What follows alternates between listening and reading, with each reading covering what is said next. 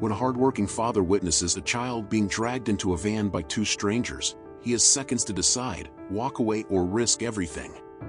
What he chooses will not only save the boy's life but set into motion a series of events that will change his forever. What started as a regular day for this father, rushing to work, became a fight for someone else's life. But he didn't know this act of courage would ripple far beyond that moment. Welcome to another incredible story.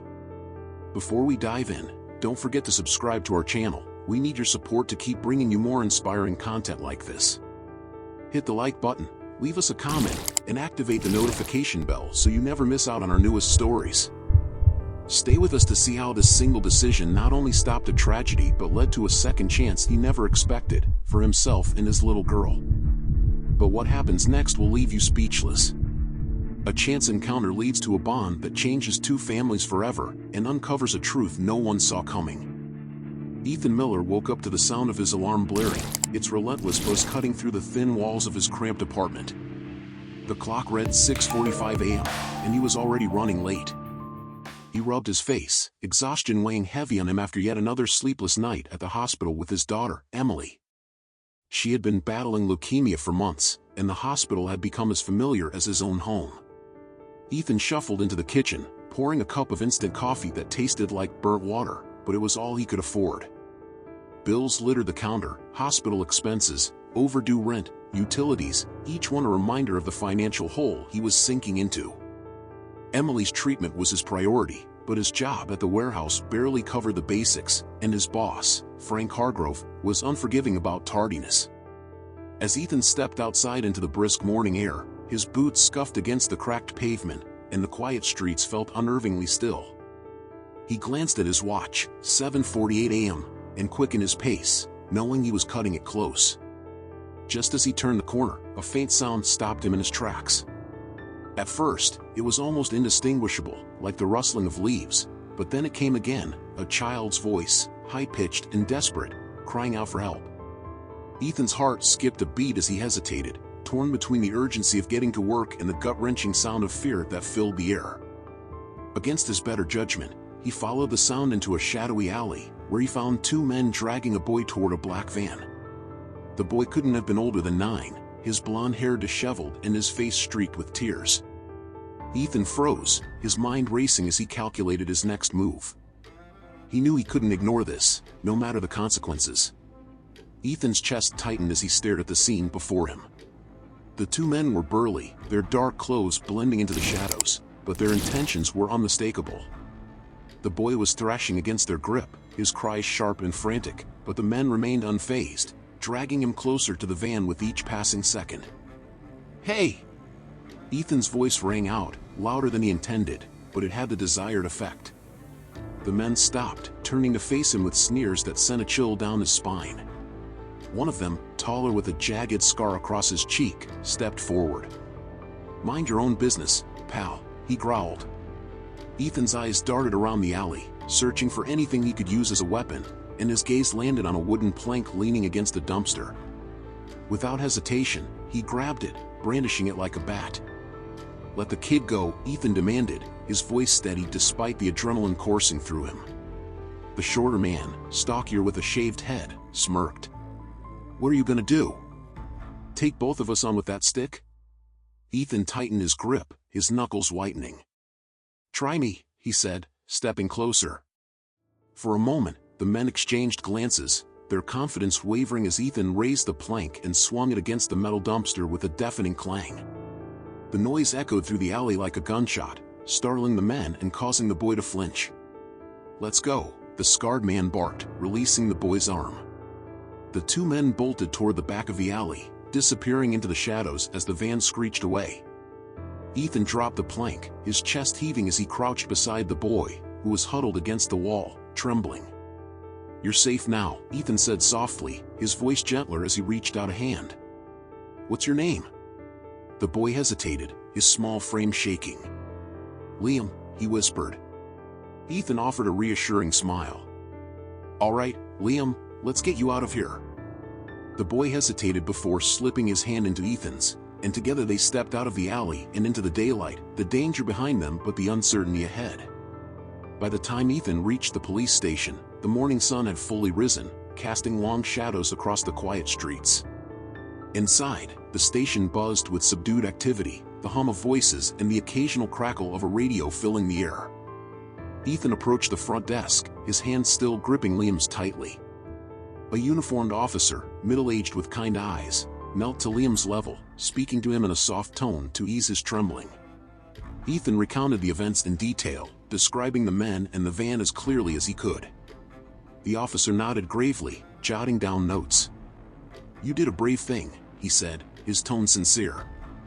Ethan shrugged, glancing at the clock on the wall. 8:32 a.m. He was already late for work, and he knew Hargrove wouldn't be forgiving. When Ethan finally arrived at the warehouse, his stomach churned as he saw his boss waiting near the loading docks, clipboard in hand. "You're an hour late, Miller," Hargrove barked, his tone sharp. "I can explain," Ethan began, but Hargrove cut him off with a dismissive wave. "Save it. That hour's coming out of your paycheck." Ethan clenched his jaw, swallowing the retort that threatened to escape. He knew there was no point arguing. The rest of the shift passed in a blur as Ethan worked in silence, the weight of the morning's events pressing heavily on him. But as he stacked boxes and loaded pallets, the memory of Liam's tear-streaked face and the relief in his eyes reminded Ethan that he had made the right choice, no matter the cost. That evening, Ethan sat by Emily's hospital bed, his exhaustion melting away as she greeted him with her usual bright smile. Her small frame seemed even smaller against the mountain of pillows, but her spirit was undiminished. "Daddy, guess what?" she said, her voice bubbling with excitement. Ethan leaned forward, his tired eyes softening. "What's that, Peanut?" Emily grinned, holding up a handmade card she had drawn with crayons. It was a picture of a superhero, complete with a cape and a big D on his chest. "It's you," she said proudly. "You're my hero." Ethan's throat tightened as he took the card, the crude drawing a testament to her unshakable belief in him. "Thanks, kiddo," he said, his voice thick with emotion. "But I think you're the real hero around here." Emily giggled, her laughter a balm to his weary soul. As she began to drift off to sleep, Ethan thought about Liam and the danger he had faced that morning. For a moment, he allowed himself to feel proud, not for being a hero, but for doing the right thing. In that quiet hospital room, with the faint hum of machines and Emily's steady breathing, Ethan resolved to keep fighting, no matter how hard the road ahead might be. The soft hum of machines greeted Ethan as he entered Emily's hospital room the next morning, a small smile tugging at his lips as he saw her curled up in bed, coloring in one of her many books. Emily had always been a bright spot in his life, her optimism unwavering even when the tubes and monitors around her told a different story. "Morning, Peanut," Ethan said, placing a bag of her favorite snacks on the table beside her. Emily looked up with her usual big grin. "Daddy! Look at this!" She held up a picture she had drawn, a bright sun shining over a green park, complete with a swing set and an ice cream cart. "That's us when we can go to the park again," she explained. Ethan swallowed the lump in his throat. "Looks perfect," he replied, sitting down beside her. "How are you feeling today?" Emily shrugged, her small shoulders barely moving under the hospital gown. "The nurse said I might get a new medicine soon. She thinks it'll help me feel better, but I already feel okay." Ethan smiled, though his heart ached. He knew how tough she was trying to be, and it made him even more determined to find a way to give her the life she deserved.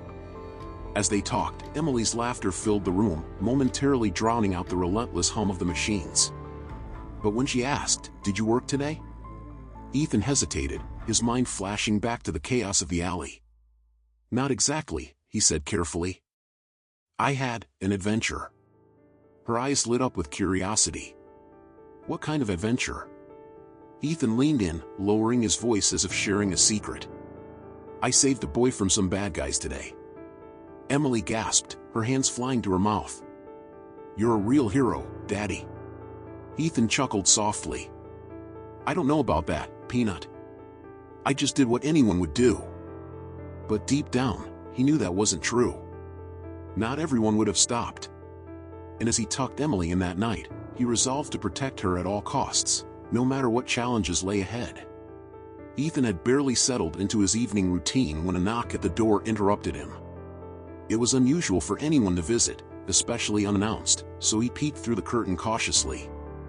A sleek black SUV was parked outside, and a man and woman stood on his porch, their expressions a mixture of nervousness and determination. Ethan opened the door just a crack. "Can I help you?" he asked, his grip tightening on the doorframe. The woman, who appeared to be in her late 30s, stepped forward. "Mr. Miller? My name is Rachel Carter, and this is my husband, James. You saved our son, Liam." Ethan blinked in surprise, his guard lowering slightly. "Liam? Is he okay?" "Thanks to you, he's safe," Rachel said, her voice trembling. "We wanted to thank you personally." Ethan hesitated before opening the door fully. "Come on in," he said, gesturing to the small but tidy living room. As the Carters stepped inside, their eyes darted around, taking in the modest furnishings and the worn photo of Emily on the wall. "We're not here just to say thank you," James began, his voice firm but warm. "We've heard about your situation from the police, and we'd like to offer you something more." Ethan frowned, unsure of where this was going. "What do you mean?" Rachel stepped forward, clutching her hands nervously. "We run a logistics company, and we'd like to offer you a job. Better pay, better hours, and we hope it'll help with your daughter's treatments." Ethan's first instinct was to refuse. It felt too much like charity. "I appreciate the offer, but I don't know anything about logistics," he admitted. "That's not a problem," James said quickly. "We'll train you.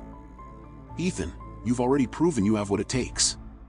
You're dependable, brave, and resourceful. We need people like you." Ethan glanced at Emily's picture again, her bright smile staring back at him, and the weight of his reality sank in. Finally, he nodded. "All right. I'll give it a shot." Rachel's face lit up with relief. "Thank you," she said softly. "You won't regret this." Ethan stood nervously in the break room of Parker Logistics, adjusting the crisp navy blue polo shirt with the company's logo embroidered on the chest. The building was modern, bustling with activity, and a far cry from the dusty, grimy warehouse he'd worked at for years. He felt out of place, like an outsider looking in, but he was determined to make this opportunity work. "Ethan Miller?" A sharp but approachable woman in her early 40s stepped into the room, extending her hand. "I'm Cynthia Morales, your supervisor. Welcome aboard." "Thank you," Ethan said, shaking her hand. "I'll do my best." Cynthia smiled. "Good to hear. Let's get started." The first few days were overwhelming as Ethan was introduced to the intricacies of logistics, tracking shipments, optimizing delivery routes, and coordinating warehouse teams. The technology was daunting, and the terminology felt like a foreign language, but Ethan's focus and determination didn't go unnoticed. By the end of the first week, Cynthia pulled him aside. "You've got a sharp eye," she said, her tone impressed. "Not a lot of people pick this up so quickly. Have you done logistics work before?" Ethan chuckled. "Not unless you count figuring out how to stretch a paycheck over hospital bills." Cynthia's expression softened. "Well, whatever it is, keep it up. We need problem solvers here, and you've got the kind of focus we value." Ethan felt a swell of pride he hadn't experienced in years. For the first time, he began to see a future where he could provide for Emily without sacrificing every ounce of himself. While Ethan was adjusting to his new role, the Carters were grappling with the aftermath of Liam's near abduction. Although physically unharmed, the experience had left emotional scars that began to surface in subtle but painful ways. Liam had grown quiet, flinching at sudden noises and refusing to play outside like he once did. Rachel watched him from the kitchen window one afternoon as he sat in the backyard, clutching a stuffed animal instead of running around with his friends. "James, I think he needs help," Rachel said that evening, her voice heavy with worry. "A therapist, maybe someone who can help him process this." James nodded, his jaw tight. "He's just a kid. He shouldn't have to carry this." After much discussion, they enrolled Liam in therapy, and though progress was slow, it was a step forward. During one session, Liam recounted the moments in the alley with shaky confidence. "I thought no one would come," he said softly. "But then Mr. Miller showed up. He wasn't scared, and he made them go away." Rachel's heart broke as she listened, but it also solidified her gratitude toward Ethan. They had already offered him a job, but she and James knew they needed to do more to ensure he succeeded. "He saved our son," Rachel said to James that night. "Now it's our turn to help him." Ethan was just starting to feel at home at Parker Logistics when his phone buzzed during his lunch break. The screen lit up with a number he recognized, Officer Grayson. A knot of apprehension tightened in his chest as he answered. "Mr. Miller," Grayson began, his tone serious, "I wanted to update you on the case involving Liam's attempted abduction." Ethan set his sandwich aside, leaning forward in his chair. "What's going on?" he asked, his voice steady despite the nerves creeping in. "Thanks to your description, we've identified the suspects. They've been linked to other attempted abductions, and we believe they're part of a larger human trafficking operation," Grayson explained. Ethan's stomach churned as images of the alley and the black van flashed through his mind. "Have you found them yet?" he asked, his grip tightening on the phone. "Not yet, but we're close," Grayson replied. "We need you to come down to the station to provide additional details." That afternoon, Ethan sat across from Grayson in a small, cluttered office at the precinct, flipping through photos of the suspects and their known associates. The faces stared back at him, cold and unrepentant. "These men have been active for months," Grayson said, sliding another file toward him. "Your intervention might have saved not just Liam, but others too." Ethan nodded, the weight of the situation sinking in.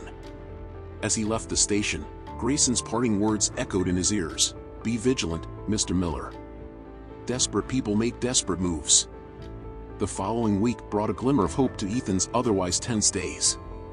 During one of his regular hospital visits, Emily greeted him with a smile so bright it seemed to light up the entire room. "Daddy, guess what?" she said, her voice bubbling with excitement. Ethan set his jacket down and leaned in. "What's that, Peanut?" She pointed to a colorful chart taped to the wall. "The nurse says I might get to go home soon." The words hit Ethan like a wave of relief. He crouched down, pulling her into a gentle hug, careful not to disturb the tubes and wires surrounding her. "That's amazing news," he said, his voice thick with emotion. Emily beamed, her energy seemingly renewed by the prospect of leaving the hospital. "Do you think we can go to the park again?" she asked, her eyes sparkling with hope. Ethan smiled, brushing a stray curl from her forehead. "Absolutely. Swings, slides, and ice cream, whatever you want." That evening, as he returned to his new apartment, Ethan allowed himself a rare moment of optimism. For the first time in months, the future didn't seem quite so bleak. The sound of an engine idling outside his apartment jolted Ethan from his thoughts. It was late, and the neighborhood was usually quiet by this time. Peeking through the curtains, he froze. A black van, eerily similar to the one from the alley, was parked at the corner of the street. The windows were tinted, making it impossible to see inside, but the sight alone sent a chill down his spine. Ethan's mind raced. Was it the same van? Were they watching him? He grabbed the bat he kept by the door, his pulse hammering in his ears. The van remained stationary for what felt like an eternity before finally pulling away. Ethan didn't sleep that night, his thoughts consumed by the possibility that the men might return. The next morning, he called Officer Grayson to report the incident. "Stay alert," Grayson warned. "We're closing in on them, but if they suspect we're onto them, they might get desperate." Ethan nodded, his resolve hardening. He couldn't let fear dictate his actions, not when Emily depended on him. For her, he would remain vigilant, no matter the cost. The call came early one rainy Thursday morning, waking Ethan from a restless sleep. "Mr. Miller," Grayson's voice came through the line, filled with relief. "We've got them.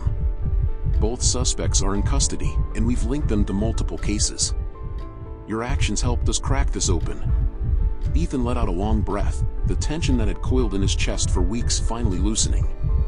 "So, they're not going to hurt anyone else?" he asked, his voice steady but tinged with exhaustion. "Not on my watch," Grayson replied. "They'll be prosecuted to the fullest extent of the law." Later that day, Ethan met with Rachel and James Carter to share the news. Rachel's hands trembled as she clutched Ethan's arm, her eyes welling with tears. "You didn't just save Liam," she said, her voice breaking. "You saved countless others." We can never repay you for what you've done." James nodded, his expression solemn. "And you did it while carrying so much on your own shoulders. You're an incredible man, Ethan." Ethan shook his head, the weight of their gratitude humbling him. "I didn't do it for thanks," he said quietly. "I just couldn't walk away." That night, as he sat by Emily's hospital bed, watching her sleep peacefully, he felt a sense of peace for the first time in months. The danger was over, and for the first time, the future felt a little brighter. The sound of children laughing filled the Carters' backyard as Ethan and Emily arrived for Liam's birthday party. Colorful balloons swayed in the breeze, streamers hung from the trees, and a long table was packed with an impressive array of food and desserts. Emily's eyes widened as she took in the scene, her hand tightening around Ethan's. "Daddy, look! It's beautiful," she exclaimed, her face lighting up with excitement. Ethan smiled, glad to see her so full of energy after months in the hospital. Rachel and James greeted them warmly at the gate, Rachel kneeling to Emily's level with a brightly wrapped gift. "This is for you," she said gently. "It's from Liam. He's been so excited to meet you." Emily accepted the gift with wide eyes and a shy smile, clutching it to her chest as she followed Ethan further into the yard. Liam soon ran up, holding a balloon, his face breaking into a grin when he saw Emily. "Hi! Do you want to play?" he asked eagerly.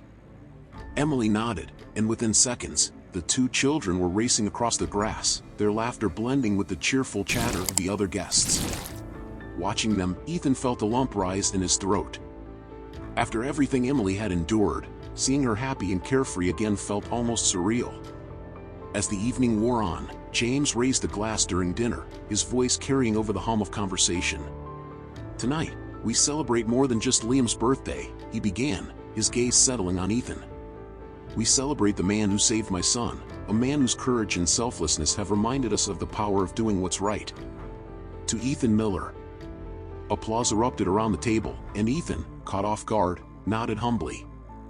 He wasn't used to being the center of attention, but the warmth in the Carters' faces reminded him that his actions had truly mattered. 2 weeks later, Ethan parked in front of a modest but charming apartment building. Emily sat in the passenger seat, her face pressed against the window as she took in the sight of their new home. "Is this it, Daddy?" she asked, her voice brimming with excitement.